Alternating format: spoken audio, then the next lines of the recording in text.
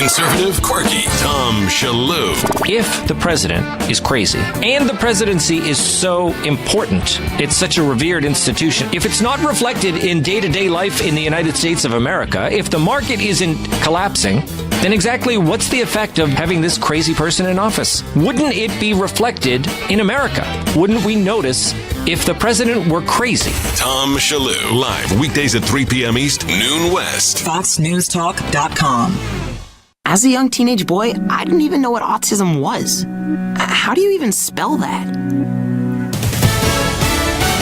Fox News Radio, I'm Rich Dennison. The fallout continues from this week's sentencing of former Michigan State University employee and USA Gymnastics physician Larry Nassar for sex crimes against young girls. Members of MSU's Board of Trustees apologizing to Nassar's victims today. Trustee Brian Masalam. We must and will change the culture which allowed the serial predator to exist on our campus, and to the culture which causes all these silent victims to remain in the shadows. MSU's president and athletic director resigning this week, as did the remaining members of the USA Gymnastics Board.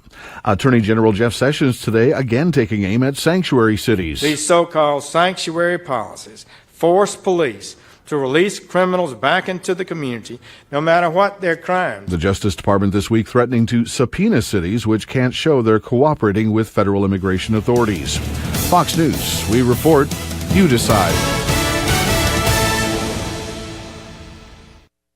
And they could be helpful if you're trying to quit smoking. Those are the main findings from a new report from the National Academies of Sciences, Engineering, and Medicine. E-cigarettes are now a $4 billion industry in the U.S. This new report doesn't make any new major recommendations, but it does give a somewhat more balanced look at the pluses and minuses of vaping. For example, it says e-cigarette vapor contains unhealthy chemicals, but fewer such chemicals than traditional cigarettes. Also, there's no firm proof that vaping causes cancer. The report says a smoker who's trying to quit could use e-cigs as a way to limit the health danger, but vaping will probably not help you kick the habit. And the report says there is what it calls substantial evidence that young people who vape are more likely to try traditional cigarettes. For more health news, go to foxnewshealth.com. House Call for Health, I'm Anna Eliopoulos, Fox News. So, Jacqueline. Yes, Mom? I wanted to talk to you about something and... Oh, wait. Hold on. I just got a text. Oh, there's another one. Wow. Busy me. So, anyway... Oh, wait, Mom. I just got a message. My friends keep commenting on my comment. Oh, there's another one. So many comments on my comment. Oh, I can't wait to watch TV tonight. Playoffs! Hey, guys, check out my new video game. Pew, pew. Wait, Mom, what? Huh? What? Hold What'd you say? Wait a second, what? This weekend, unplug. Take your family to the forest. There's nothing in the world like experiencing nature firsthand. Trees, paths, bluebirds, streams. Getting closer to nature can get you closer to your family. To find the forest nearest you, go to discovertheforest.org. Brought to you by the U.S. Forest Service and the Ad Council. The Dean's List with Janice Dean. A police officer from Indiana makes the Dean's List for helping save a toddler on his first day of the job. Officer Richard Mayer was at a local Chick-fil-A in Merrillville with a few of his colleagues when Melanie Haas ran to him for help. Her daughter Charlotte was choking on a piece of apple. I looked over and she started gagging. I could see something kind of at the back of her throat. Mistakenly, I reached in to try to grab it out, and I think that pushed it back into her throat. Officer Mayer sprang into action. I grabbed her, and then Officer Ramos was to my right. He helped me flip her over when we did, the back slaps on her, and then got the food dislodged from her throat right away. And then she started crying, and I was like, okay, we're okay. Officer Mayer revealed saving the toddler was his first act as a paid police officer. This is what he was meant to do, to save lives in some kind of way. Thank you, Officer Mayer, for saving lives on day one of the job. You made the Dean's List. Janice Dean, Fox News. Never give in. Never give in. Never, never, never. In nothing, great or small, large or petty, never give in except to convictions of honor and good sense. Winston Churchill's immortal words stirred an entire country in the face of certain defeat. Today, these words give each of us the courage to reach for our own victories. Never give in. Never give in. Never, never, never. Commitment. Pass it on. From the Foundation for a Better Life at values.com.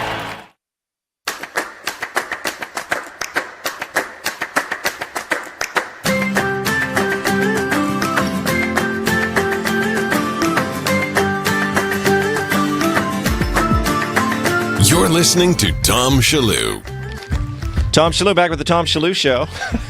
Did they hear that last comment? What, that you're just cutting a mustache now? Yeah, exactly. Like, Tom's going to knock over a bank later. I need a mustache and a gun. I don't know if the listeners are aware that I'm playing Captain Hook in a production of Peter Pan. I mean, it's not So something impressive. I'm talking about on talk radio. Why would you bring that up, Tom? My kids are in a children's theater company, a great theater company called the Riverdale Children's Theater. It's a cast of 70 kids. And they asked me to be the guest artist as Captain Hook. So it's they say, what's the old adage? Never work with animals and children, right, Bill? Yeah, now you've got 70 of them. I know. But I would call that never, never, neverland. Exactly. It's like 70. So that's a preschool right there. Yes. So I'll be playing Captain Hook. The show opens on Saturday and it runs for 2 weekends.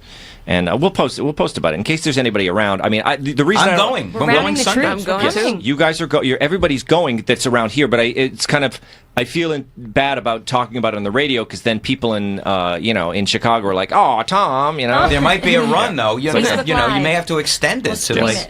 through February. So Bill Lobley is here with us, and Jamie LaBella is here with us, and now the famous Andrea joins us, and in studio is Tass doing the drawing. You can watch the live draw happening. You can hear the pen scratching against the paper. Facebook.com/Tom Shalhoub Show. So Tass, you just draw with a ballpoint pen. Is that the way it's always done? Yes. Yes. Okay. Wait a minute. It's not Why always not a done. pencil? Why not Picasso never used a big pen. Now, Andrea, you've been out to New York before because you were out at the book launch of Mean Dads for a Better America. It's all about my love for Tom Shalhoub. Well, some call it Really love, a some huge call draw. it stalking. No, it's called surveillance because that's not a felony. Tom Cotter joke. Yeah, there you go. So, Andrea, tell us about the activities of the week. You met in New York, right? You flew in from Salt Lake City. Yes. Tass came in from the Washington State. Yes. Which I called the wilderness, and I offended some people the other day. It depends on the part of the state. Yeah. So. And Eric came in from Washington, D.C., right? Maryland, yes. Yes. Yeah. So from all the corners of the globe. And so tell us what you've done. Besides coming to see the Tom Shalhoub Show live, which this is your second episode here, where else have you been? So we got to meet up with Mr. Lobley right after our first Tom Shalhoub Show appearance, and he gave us... took him out for drinks. Because, but that's just what you do. Yeah. But he also gave us just a really good working list of the different things that we could do. Tass had a pen and paper, so we put her in charge of taking notes. She's the scribe. Always has the Yeah, pen and paper. and... So Bill is like the Trivago guy for you guys? He is. But with better hair. My legs are way longer than his, and my chin's not as chiseled. And then we supplemented that list with some tips from Mr. Jimmy Fala, who is, of course, a former cab driver, and we've been all over. So what shows have you seen? Besides this, you saw Kennedy, right? We saw Kennedy. We saw Morning with Bill Schultz, and oh my gosh, it's amazing. Yeah, Eric's been over Compound Media quite a bit more than we have, but Eric's a bit of a fanatic on that end, right? Hey, you know what? We all have our proclivities, so I. Last time somebody said proclivity on the show. Not successfully. Not predilection. Did you get to the Jim and Sam show on Sirius XM? We did, yeah. We got to see that this morning. That was awesome. And Ari Shafir was on, and he's going to be in Salt Lake City next month. So it was like Ari a little Shafir. It was like a little personal screening. Like, yeah, I will go see that show. So I got to get my tickets. Yeah. We seen his butt. Wait a minute. Tass is not exactly on mic, but Tass said you saw Ari Shafir's butt. Now this is breaking news. Yes, we Was did. it a clothed butt or a naked butt? His butt gave the biggest performance, like really, rather than verbally. Like, Did he do it? He did it in the studio. Yeah. Wait, what in the studio? I guess he depantsified. Got it. You got mooned. Normal? Yeah, it's more of a moon than anything else. Well, when you get caught between the moon and New York City. It's hard to choose. That's right. Now, I think I saw there was a Snapchat conversation where Tass referred to the Greek god Eric Metaxas. Am I right about that? We tried to arrange a visit to Eric Metaxas, but he wasn't taping, so you didn't get to do that. But did you do any other touristy things like... Yeah, so we rode the Staten Island Ferry the other day. Fantastic. Working girl? I've never heard that. It's funny, this is a totally generational thing because I was thinking train wreck, but yeah, it's similar premise. premise, I suppose. We got to see the Statue of Liberty, Brooklyn Bridge, and then I gave Tass a little bit of a tutorial on some of the more nautical things that she might see, like navigation buoys, and she fell asleep standing up. And she became a buoy. Just bobbing around there. Bobbing around deck. I felt bad because Jimmy Fallon's like, you got to go Staten Island Ferry, and because it's cheap. And I'm saying, you got to go to Madame Tussauds. It's like $30 a head. Yeah. Go to the Mercedes dealership. Tell them it was me who sent you. Get an SL 450 for. So I gave them expensive stuff, but luckily they were able to get some. No, we got great tips, and we've just had an awesome time. It's been great. You guys should stay.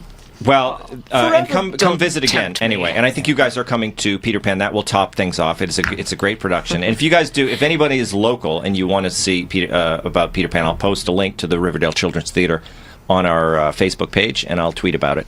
So let's do some stories, guys. Apparently there's a GOP Senate candidate. He's in kind of hot water for politically incorrect behavior. Bill, you're already snickering. Did you see he posted on his own Facebook page a manifesto that said, do you favor women's rights? Did you read it, Bill? I read it, and it started off fine. He talked about, American values and how he believes the role of women in society, Norman Rockwell, home-cooked meals. Yeah. And then he went into some vile diatribe about snake-headed banshees or whatever he said. What's the actual quote? Nail-biting, manophobic, literally nail-biting, she-devils. It's like, you're going to lose them. I would say that a better title for the story is How to Blow an Election in One Post. So you don't think this could be, President Trump, he as you know, he said some controversial things, and he was elected in a landslide, a historic, Jamie's rolling around. It was a fairly convincing electoral victory, correct, Jamie? Okay, yes, I guess. But he totally lost everybody with this. But it's God. You don't think this guy's going to be elected? No, not at all. I mean, he's got this fantasy about a 1950s, wife that's never going to age, and it's just not going to happen. I mean, he wants his daughters to continue on with this idea of the home-cooked meal, and home-cooked dinner every night at 6. Yes. Opposes nail-biting, manophobic, hell-bent feminist she-devils. I mean, listen, I know some she-devils, so that's actually kind of accurate, but I'm not going to go home every night at 6 o'clock on the dot to have a cooked meal for somebody. That's just not happening. By the way, GOP Missouri Senate candidate Cortland Sykes is his name. Now, the thing is, though, I thought maybe when I read it, being a man, it might sound worse. So you had a reaction to it. You probably were hearing a man's voice, right? Mm-hmm. So we got Alyssa here at Fox News Radio to read the bit here. Let's just a quote from the manifesto in a woman's voice. Maybe it will change the way it sounds. Well, Chanel, my fiance, has given me orders to favor them, so I'd better. But Chanel knows that my obedience comes with a small price that she loves to pay anyway. I want to come home to a home-cooked meal at 6 every night. One that she fixes and one that I expect one day to have daughters learn to fix after they become traditional homemakers and family wives. Think Norman Rockwell here, and Gloria Steinem be damned. What the hell? It's kind of sweet. That turned me on. I got excited. Listen, it's a whole different thing. Habitat for Humanity commercial. I'm not quite sure what was going on there with that music in the background. And now a message from your health department. Here we are. Well, it does sound, to me, when you hear that he wants his daughters to grow up and be cook meals or whatever. Just a couple of years ago, that would have been a normal sentiment. It's obviously he is an old-fashioned guy, but do you think it's reprehensible, Andrea? No, absolutely not. I was already sold on the message when I read it. Alyssa certainly sweetened the deal. I have to give her credit there. Yeah. No, I think actually it's just a fork in his political campaign, and now he's got to choose to take it, and he needs to start carrying around snakes like an old-timey preacher and commit to the bit. He's got snakes is interesting. Visual aids now. He's put it out in print. Let's play aids. that part. I think we have that quote here. This is Alyssa once again reading the GOP candidate Cortland Sykes' letter. I don't buy into radical feminism's crazed definition of modern womanhood, and I never did. They don't own that definition and never did. They made it up to suit their nasty snake-filled heads. Can we we give the production crew some credit for that music? Because I don't think the candidate was like playing that when he was saying this. No, it was. I mean, but that it shows you with a little production, you can make anything sound good. Jamie, what did he mean by snake-filled heads? That's something I know that Medusa had snakes for hair. And it actually was goes that what he was back- talking about? Well, it goes back to his original post, which kind of sparked this whole thing, is he was comparing Democratic leaders, including Hillary Clinton, to some of the Disney villains, is what he was doing. Yes. So Cruella de Vil. Yes, Cruella, Ursula. I mean, it's not that far off, but Yeah. then he took it too far. So he had a point in saying that they're career obsessed and, nail biting, but then he took it too far. So it's like any extreme. What he's bashing, the extreme feminist side of things, he's being the extreme conservative. So there has to be a middle ground, or he's going to get ripped on, or he's going to get slammed, especially by the mainstream media. I think men should be able to, express themselves. I mean, who was the woman, Jodie Ernst? She castrates pigs for a living. Pig poker. What was her thing? Women can do that now, but guys can't. They can't express themselves, Bill. Yeah, but it's implied. If you're going to castrate a pig, it's like, you better vote for me, fellas, or I'm coming after you. You know what I mean? Yeah. But no, I think this poor guy is trying to, sadly, it's like an off-brand copy of Donald Trump. Oh, you want plain speaking? I'm the plain speaking Missourian, and I'll bite think your he's trying snake to- off with your she-devil head and come after you with both forks. You think he's pushing? He's pushing it. I think he believes this is the way you get elected, and this might be what Meryl Streep was talking about when it all trickles down. Yeah. Because it didn't work for him. He's the anti-Claire McCaskill, I think. Yeah. Let's take Anthony in Buffalo, New York. Anthony, I still think he's. Are you? Hey, Tom, how are you? Good. I think you called in about the Apple ad, right? But what do you think of this? What do you think of this politician? Just give me the prediction, Anthony. Do you think this guy is going to get elected? Well, first off, women have snakes in their heads. Man, I don't know anything about them. Every day I learn something new about women. Yeah. It always shocks me. Yeah. Well, I'm cooking my own dinner tonight, so I don't think this guy wants me to get his lawn signed. He might not want my vote. Well, just because you're single, right, Anthony? Well, sure, that's part of it, but it has something. Well, where do they find out that you cook your own dinner? Chicks dig guys who cook. It is. They do. Bill is a chef. But Anthony, when you do get married someday, would you like to come home to a cooked meal? I like to come home to McDonald's every night. I think that would be easier. So I don't mind. Me too. You're preaching. If women want to do this, it's fine, but the expectation, I think, is what makes this sound ridiculous. Yeah. Now, Anthony, before you go, you called in about the Apple ad. Did it annoy you? Am I the only one who thinks this ad is charming? You're the only one. There are some things in this country uniting us, like hating that Apple ad. Let me tell you. There is a computer in that ad. It's the creepy kid. It's a program, Yeah. Anthony, thanks for the call. The future. So let's take a break here, and when we come back, we will have more from Andrea, from Tass, from Bill Lobley, and from Jamie Labella. This is the Tom Shillue Show. Go to TomShillue.com, SHILLUE, and find links to Tom's Twitter and Facebook to stay connected with the show.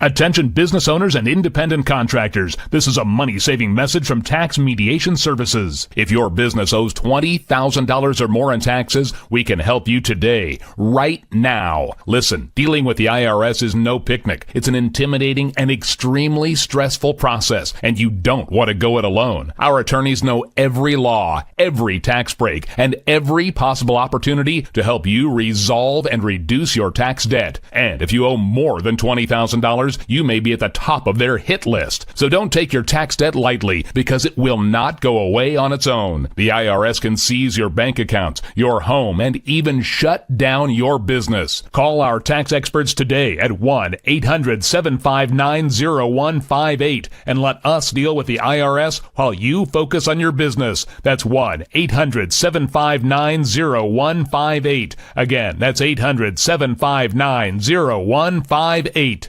The national debt is now over $20 trillion. What's next? Rising inflation, drops in the dollar's value. Some experts say another crash is coming.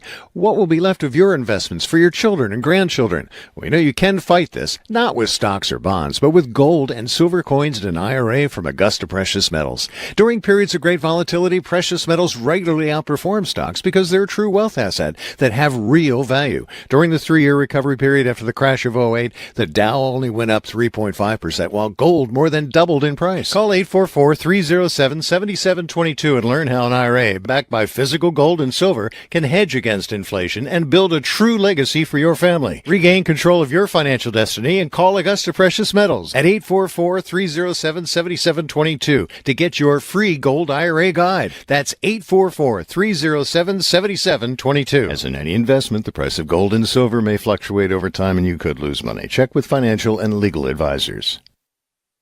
Now, from the historical audio archives of Fox News Talk. The gum-chewing, rope-twirler, Oklahoma social commentator Will Rogers was a friend of presidents, heads of state, and politicians. He was often quoted in the Congressional Record, as he was in this recording from 1925. And I received a wire this week from a congressman friend of mine who wants a copy of my plan to read in the Congressional Record. And I feel pretty good about that. That's the highest praise that a humorist can have, is to get your stuff into Congressional Record.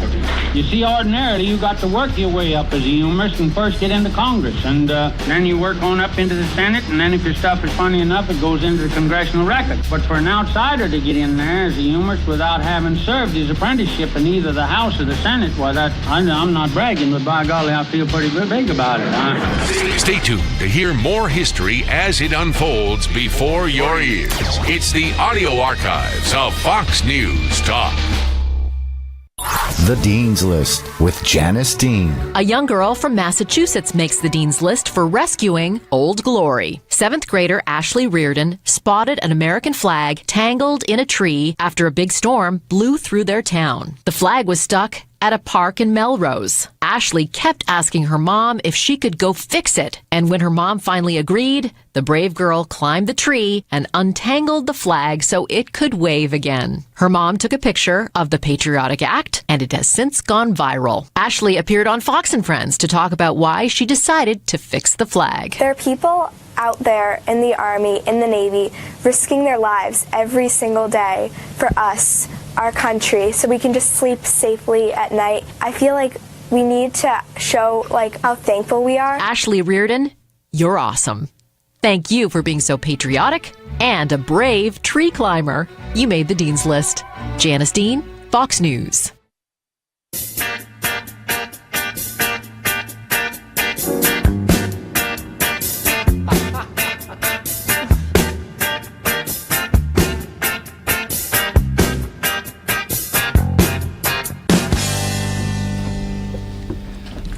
Tom Shalhoub back with the Tom Shalhoub Show. Okay, this is a story I thought I would run by you guys. Apparently, millennials think that James Bond is retrograde and sexist. Jamie? The Snowflake Nation at it again. Oh, you think so? Okay, now this is interesting. James Bond, he is, obviously, he's classic franchise. Has been around since the 60s. Mm-hmm. What do you think? Do you think he is sexist? No, I think he's a ladies' man, is what I think. And I don't think that's a bad thing. You know who I blame for these snowflakes coming out like this is their parents. Why are we holding their hands still? I blame them for this pristine culture that we're seeing, and we're seeing it more frequently, like get a grip, grow a pair.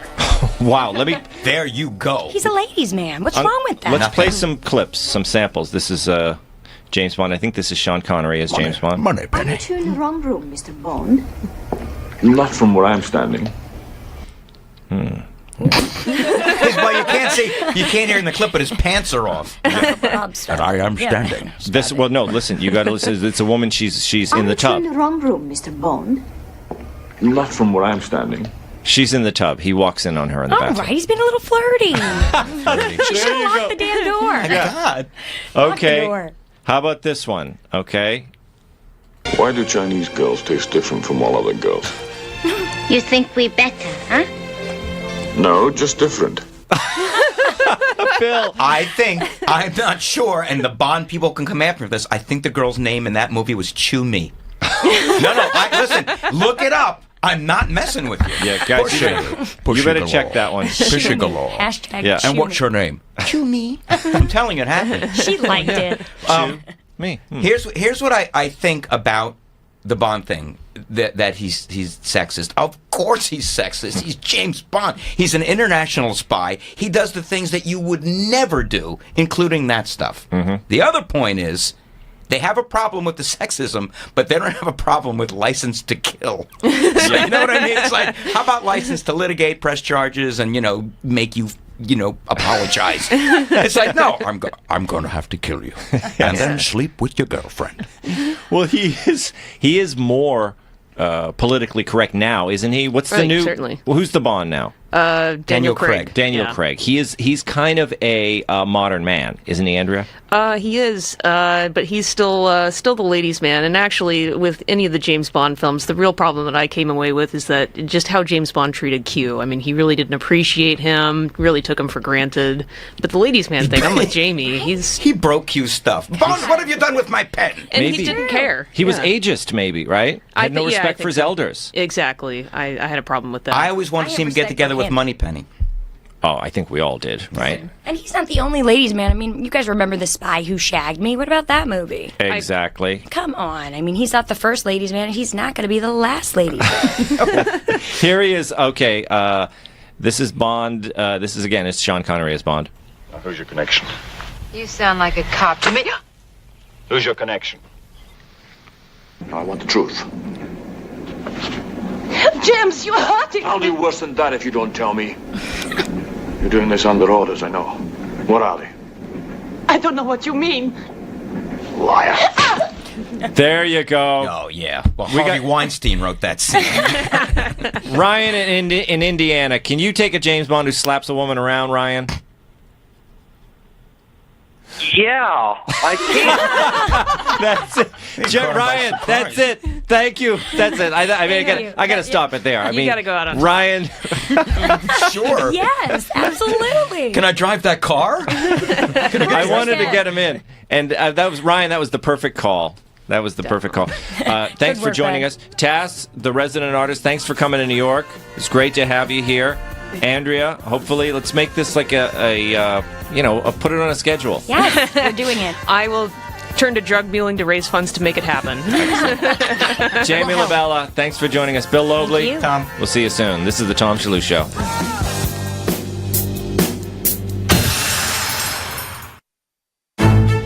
The people leading our nation. The president is putting more pressure on Congress. The decisions shaping our future. The vote seems to be coming. It appears that the administration is going to do that. There are new questions this week. No one covers Washington like Brett Baer. Smart DC insight, powerful analysis.